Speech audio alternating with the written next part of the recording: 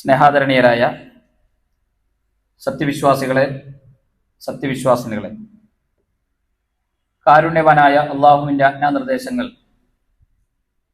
ജീവിതത്തിൽ എപ്പോഴും പാലിച്ച് അള്ളാഹുവിനെ സൂക്ഷിച്ച് ജീവിക്കണം എന്ന് ആമുഖമായി ഓർമ്മപ്പെടുത്തുകയാണ്. അതർഹിക്കുന്ന ഗൗരവത്തിൽ വസിയത്ത് ചെയ്യുകയാണ്. മരണം മനുഷ്യരെ എല്ലാവരെയും വിശുദ്ധരാക്കുന്ന ഒരു കാലഘട്ടത്തിലാണ് നമ്മൾ ജീവിക്കുന്നത്. എന്നാൽ നബി സല്ലല്ലാഹു അലൈഹി വസല്ലം ചില സന്ദർഭങ്ങളിൽ ചില ആളുകളെ കുറിച്ച് നടത്തിയ പരാമർശങ്ങൾ ഹദീസുകളിൽ കാണാൻ കഴിയും. മയ്യത്തുകളോടുള്ള പൊതുവായ ഇസ്ലാമിന്റെ സമീപനം ലാ തസുബ്ബുൽ അംവാത, മയ്യത്തുകളെ നിങ്ങൾ ചീത്ത പറയരുത്, ആക്ഷേപിക്കാൻ പാടില്ല. കാരണം അവരവരുടെ വിധിയിലേക്ക് യാത്രയായി കഴിഞ്ഞവരാണ് എന്ന് ഇമാം ബുഖാരി ഉദ്ധരിക്കുന്ന ഹദീസിൽ നമുക്ക് കാണാൻ സാധിക്കും. എന്നാൽ ചില പ്രത്യേക സന്ദർഭങ്ങളിൽ ചില ജനാസകളെ കുറിച്ച് നബി സല്ലല്ലാഹു അലൈഹി വസല്ലം നടത്തിയ ചില പരാമർശങ്ങളുണ്ട്. അവർ ചെയ്ത തിന്മകളുടെ ഗൗരവത്തെ സമൂഹത്തിന് ബോധ്യപ്പെടുത്തി കൊടുക്കുവാനും അത്തരം തിന്മകളിൽ നിന്ന് അകന്നു നിൽക്കുവാനും ജാഗ്രത പാലിക്കുവാനുമുള്ള താക്കീതുകളായിട്ടാണ് ആ സംഭവങ്ങളെ പണ്ഡിതന്മാർ വിശദീകരിക്കുന്നത്.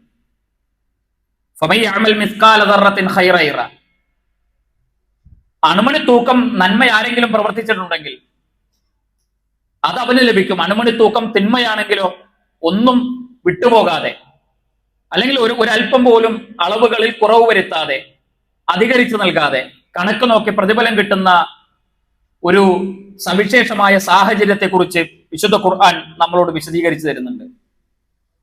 പ്രവാചകൻ സല്ലല്ലാഹു അലൈഹി വസല്ലമ ഒരിക്കൽ ഇസ്ലാമിന് വേണ്ടി നന്നായി ധർമ്മസമരം നടത്തുന്ന പ്രവാചകന്റെ കൂടെ ജീവിച്ച ഒരാൾ, അയാൾ യുദ്ധത്തിന് പരിക്ക് പറ്റുന്നു.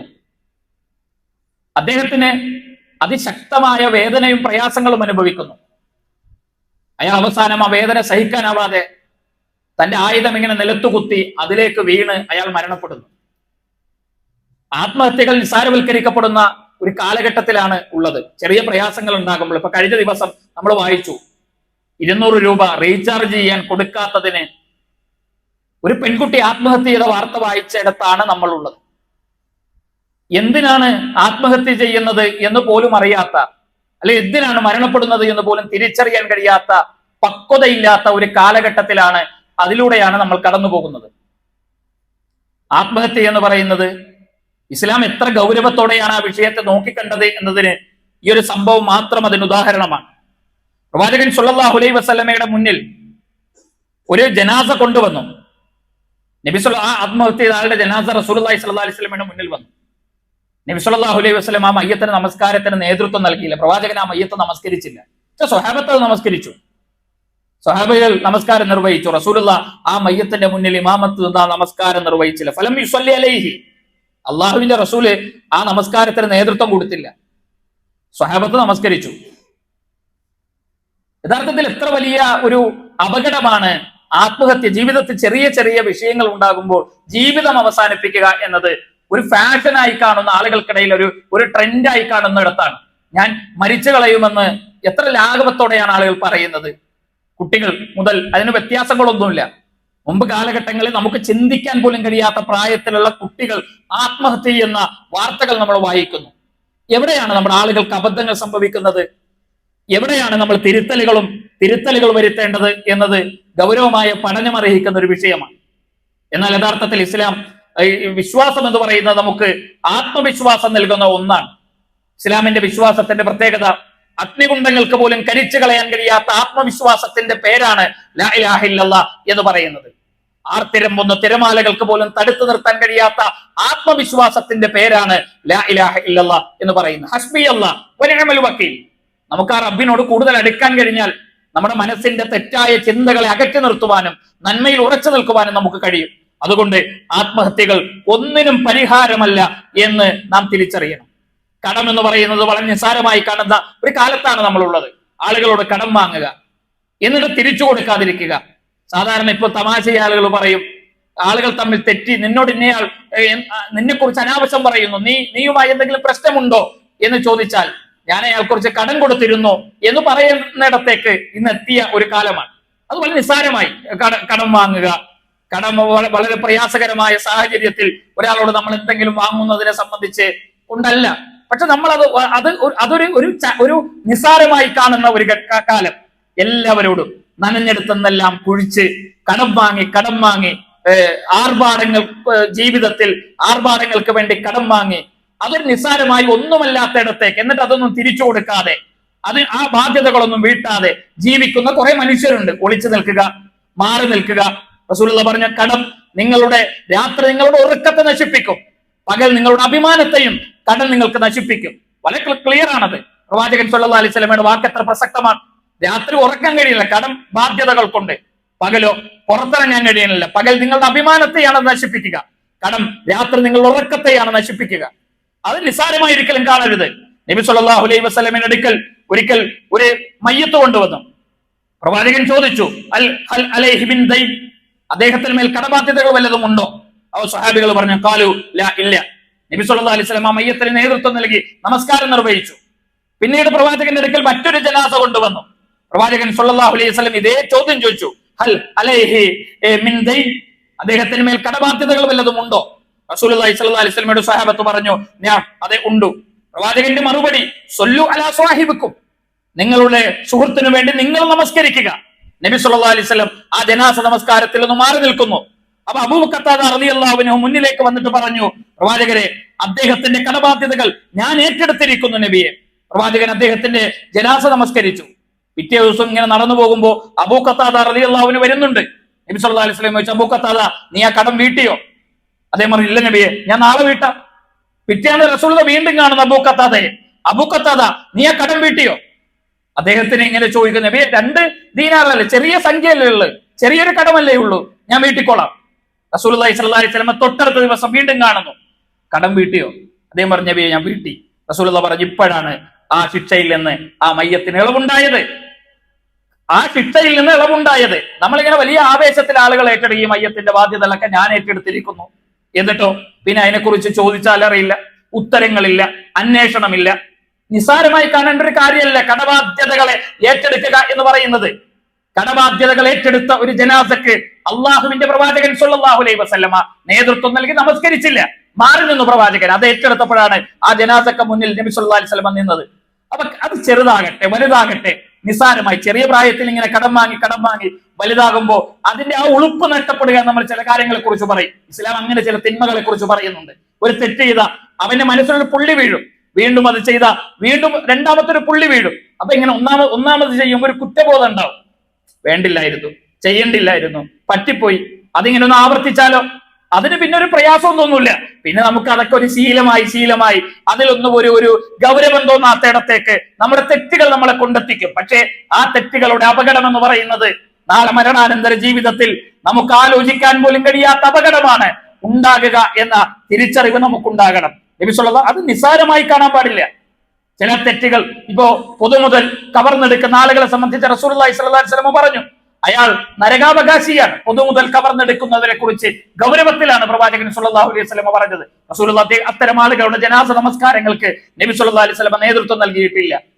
പ്രവാചകന്റെ കാലഘട്ടത്തിൽ 2 സംഭവങ്ങൾ നമുക്ക് കാണാൻ കഴിയും. ഒരാൾ നബി സല്ലല്ലാഹു അലൈഹി വസല്ലമയുടെ കൂടെ മരണപ്പെടുന്നു. പ്രവാചകന്റെ ഒട്ടകത്തെ പിടിച്ചുകൊണ്ട് നടന്ന ഒരാളാണ്. അയാൾ ഒരു അമ്പേറ്റ് മരണപ്പെടുന്നു യുദ്ധത്തിൽ. സ്വഹാബികളൊക്കെ അയാളുടെ സാക്ഷിത്വത്തെ കുറിച്ച് പറയുന്നു. നബി സല്ലല്ലാഹു അലൈഹി വസല്ലം പറഞ്ഞു, അയാൾ എങ്ങനെയാണ് അയാൾക്ക് വേണ്ടി നിങ്ങളുടെ രക്തസാക്ഷിത്വത്തെ കുറിച്ച് പറയാൻ കഴിയുക? പൊതുമുതൽ കളവ് നടത്തിയിട്ടുണ്ട് എന്ന് നബി സല്ലല്ലാഹു അലൈഹി വസല്ലം പറയുന്നത് നമുക്ക് കാണാൻ കഴിയും. പൊതുമുതൽ കളവ് നടത്തുക എന്നത് അത് ചെറുതല്ലേ? ഇന്ന് തെറ്റുകൾ നിസാരവൽക്കരിക്കപ്പെടുന്ന ഒരു കാലമാണ്. പ്രവാചകന്റെ സ്വഹാബത്ത് പറയുന്നത്, ഇന്ന് നിങ്ങൾ ഒരു മുടിനാരിഴയോളം പോകുന്ന തിന്മകളെ ഞങ്ങൾ വലിയ പർവ്വത സമാനമായ തിന്മകളാണ് ഞങ്ങൾ കണ്ടിരുന്നത്. ഇന്ന് നിങ്ങളത് കാണുന്നത് ചെറിയ നാരിഴയോളം ചെറുതായി നിങ്ങൾ കാണുന്നു. തെറ്റുകൾ നിസാരവൽക്കരിക്കപ്പെടുന്നു. ലഹരി ഉപയോഗങ്ങളുടെ കാര്യം നമുക്കറിയാം. അത് വലിയ വലിയ കാര്യങ്ങളെ കുറിച്ചാണ് നമ്മൾ സംസാരിക്കുന്നത്. ചെറിയ ലഹരികളെ കുറിച്ച് അതൊന്നും ഒരു മൈൻഡ് പോലും ചെയ്യുന്നില്ല. പെൺകുട്ടികളും ആൺകുട്ടികളും ഒക്കെ തമ്മിലുള്ള ബന്ധങ്ങളെ സംബന്ധിച്ച് പുരുഷന്മാരും സ്ത്രീകളും തമ്മിലുള്ള ഇടപെടലുകളും ബന്ധങ്ങളെ സംബന്ധിച്ച് ഷേക്ക് ഹാൻഡുകൾ നമ്മൾ കൊടുക്കുന്നു, നമ്മൾ അവരെ ചേർത്ത് പിടിക്കുന്നു.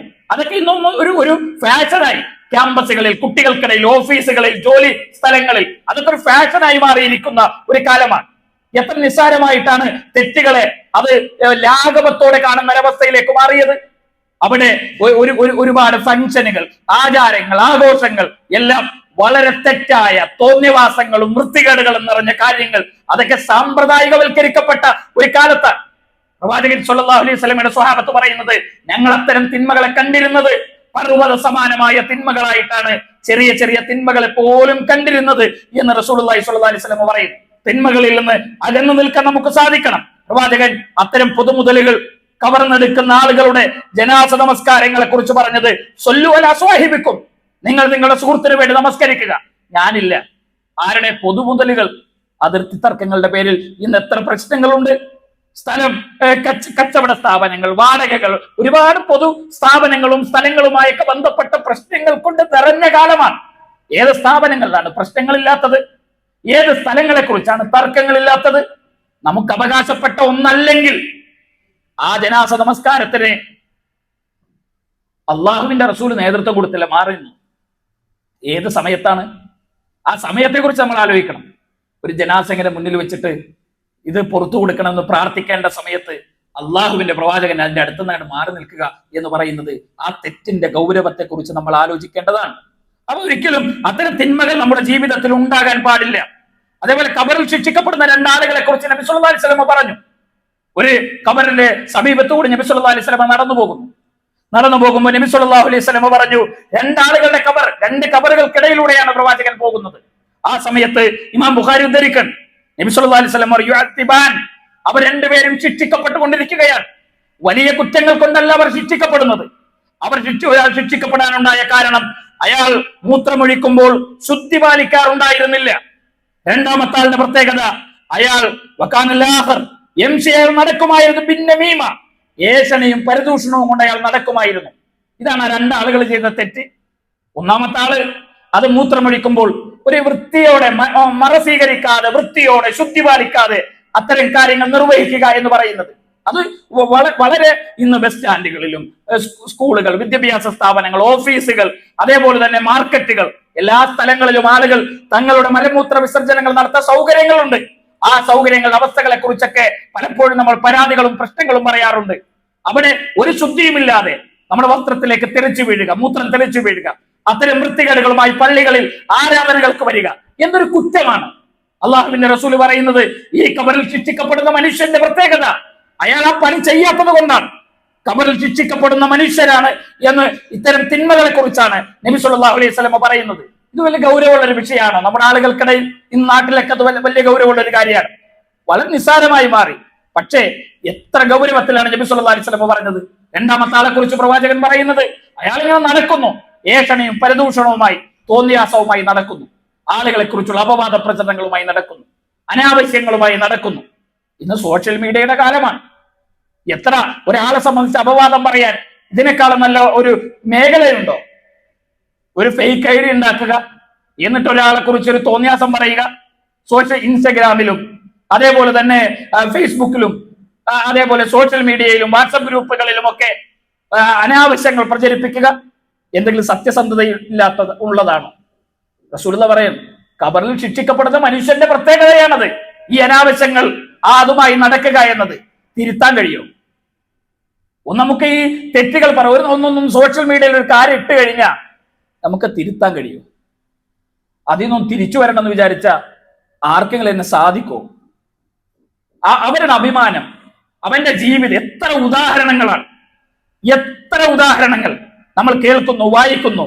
സോഷ്യൽ മീഡിയയുടെ ദുരുപയോഗം കൊണ്ട് മരിച്ചു വീണ മനുഷ്യരുടെ എണ്ണത്തിന് കണക്കുണ്ടോ? ഒരു കണക്കില്ല.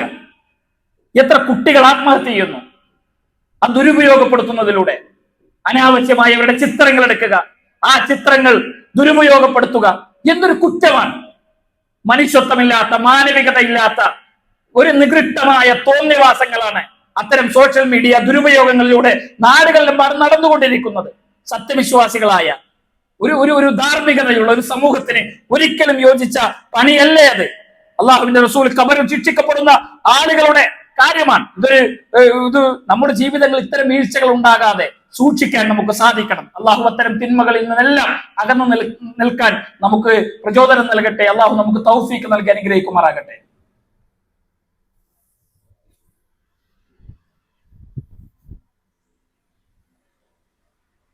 അൽഹംദുലില്ലാ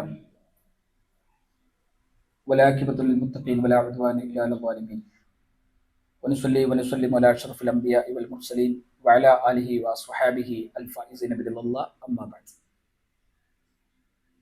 സ്നേഹാദരണീയരായ സത്യവിശ്വാസികളെ, കാരുണ്യവാനായ അള്ളാഹുവിന്റെ ആജ്ഞാനിർദ്ദേശങ്ങൾ ജീവിതത്തിൽ എപ്പോഴും പാലിച്ച് തഖ്വയിൽ അധിഷ്ഠിതമായ ജീവിതം നയിക്കണം എന്ന് രണ്ടാമതായും അതർഹിക്കുന്ന രൂപത്തിൽ ഓർമ്മപ്പെടുത്തുകയാണ്, വസിയത്ത് ചെയ്യുകയാണ്. അതിശക്തമായ മഴ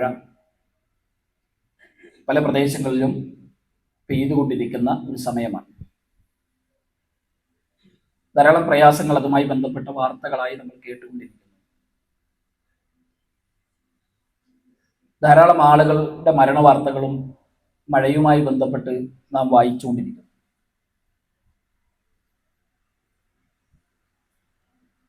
മഴയെ ആളുകൾ പെട്ടെന്ന് ശപിക്കുകയും അതൊരു വലിയ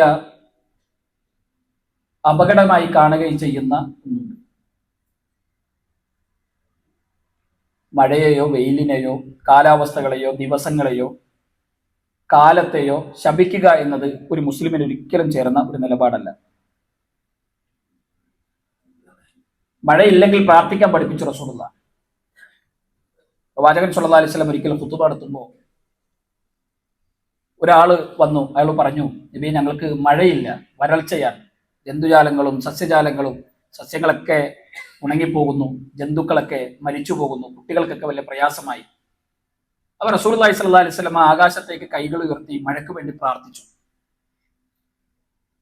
ആ പ്രാർത്ഥന തീരുന്നതിന് മുമ്പ് ഹദീസുകളിൽ കാണാം ആകാശത്ത് നിന്ന് കോരിച്ചൊരിയുന്ന മഴ പെയ്യാൻ തുടങ്ങിയെന്നുള്ളത്. തൊട്ടടുത്ത ആഴ്ച വീണ്ടും അയാൾ വരുന്നു. റസൂൽ അന്ന് തുടങ്ങിയ മഴയാണ്, തീർന്നിട്ടില്ല. ഇന്ന് ഞങ്ങളുടെ കുട്ടികൾക്കും ഞങ്ങളുടെ വീടുകൾക്കും കന്നുകാലികൾക്കും ഒക്കെ പ്രയാസമാകുന്നു, അതുകൊണ്ട് ഞങ്ങൾക്ക് മഴ മതി. അത് പടച്ചവനോട് പറയണം. റസൂലുള്ളാഹി സ്വല്ലല്ലാഹു അലൈഹി വസല്ലം പ്രാർത്ഥിക്കണം വീണ്ടും അള്ളാഹുവിനോട്, അല്ലാഹുമ്മ ഹവാലൈന വല അലൈന, ഞങ്ങൾക്ക് മതി, ഞങ്ങൾക്ക് ചുറ്റുഭാഗങ്ങളിൽ ആവശ്യമുള്ളവർക്ക് അത് നൽകണം എന്ന് റസൂലുള്ളാഹി സ്വല്ലല്ലാഹു അലൈഹി വസല്ലം പ്രാർത്ഥിക്കുന്നത് നമുക്ക് കാണാൻ കഴിയും. അപ്പൊ മഴയെ ഒരിക്കലും നമ്മൾ ശപിക്കുകയല്ല ചെയ്യേണ്ടത്, അല്ലെങ്കിൽ കാലാവസ്ഥയെ ചീത്ത പറഞ്ഞ് അത് ഒരു ദുശ്ശകരമാണ് എന്ന് പറയുന്ന ഒരു സമീപനമല്ല നമുക്ക് വേണ്ടത്. അപകടങ്ങൾ ഉണ്ടാകുന്നു, നമ്മളതിന് ജാഗ്രത പാലിക്കണം. അനാവശ്യമായി ഇപ്പൊ അവധി തരുന്നത് എന്തിനാണ്? കളക്ടർ അവധി പ്രഖ്യാപിക്കുന്നു. പക്ഷെ അവധി പ്രഖ്യാപിച്ചു കഴിഞ്ഞാൽ പിറ്റേ ദിവസം അന്ന് ഫുൾ റീൽസുകളായിരിക്കും. വെള്ളത്തിൽ ചാടുന്നത്, പുഴയിൽ മീൻ പിടിക്കാൻ പോകുന്നത്, പുഴയിൽ ഇറങ്ങരുത്, വെള്ളത്തിൽ ഇറങ്ങരുത്, വെള്ളം അപകടമാണ് എന്നതിനാണ് അവധി തരുന്നത്. നമ്മളതിനെ ആഘോഷമാക്കുന്ന അവസ്ഥാവിശേഷമുണ്ട്. ആളുകൾ ആഘോഷമാക്കുന്ന അവധികൾ. ഒരിക്കലും അത്തരം ആഘോഷമാക്കുന്ന സമീപനങ്ങളിൽ ജാഗ്രതയാണ് ഉണ്ടാകേണ്ടത്.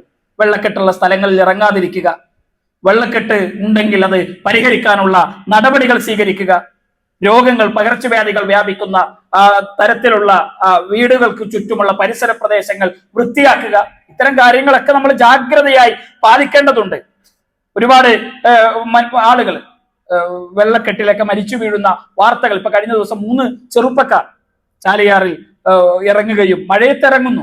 ഒരു മനുഷ്യൻ ഇപ്പൊ ഞങ്ങൾ ഇന്ന് പോരുമ്പോഴാണ് ചാലിയാർ ആ ജനാസ കണ്ടെടുക്കുന്ന ആ ചിത്രം കണ്ടുകൊണ്ടാണ്, അവരെ കണ്ടുകൊണ്ടാണ് ഞാൻ ഇന്ന് ഖുതുബയ്ക്ക് ഇങ്ങോട്ട് പോകുന്നത്. 3 ദിവസമായി. ഇത് അപകടകരമായ രൂപത്തിൽ നമ്മൾ ഒരിക്കലും ആ അവധികളെ ആഘോഷങ്ങളെ ആഘോഷമാക്കാതിരിക്കാൻ പ്രത്യേകം ശ്രദ്ധിക്കണം. വാഹനം ഓടിക്കുന്നതിന് മുമ്പായി നമ്മുടെ മഴക്കാലത്താവുമ്പോൾ പ്രത്യേകിച്ച് ടയർ, ബ്രേക്ക് ഇതൊക്കെ ഒന്ന് പരിശോധിക്കാൻ സന്നദ്ധമാകണം. നമ്മളൊരു അപകടം വിളിച്ചു വരുത്തരുത്. എതിരെ വരുന്ന വാഹനങ്ങൾക്ക് പ്രയാസമില്ലാത്ത വാഹനം ഓടിക്കാൻ നമ്മൾ ജാഗ്രത പാലിക്കണം. അങ്ങനെ ഒരു സൂക്ഷിക്കേണ്ട കാര്യങ്ങളൊക്കെ സൂക്ഷിച്ച് മഴക്കാല രോഗങ്ങളിൽ നിന്ന് സുരക്ഷിതമാകാനുള്ള മാർഗങ്ങൾ അവലംബിച്ച് നമ്മൾ മുന്നോട്ട് പോകുക. അള്ളാഹു നമ്മെ അനുഗ്രഹിക്കുമാറാകട്ടെ.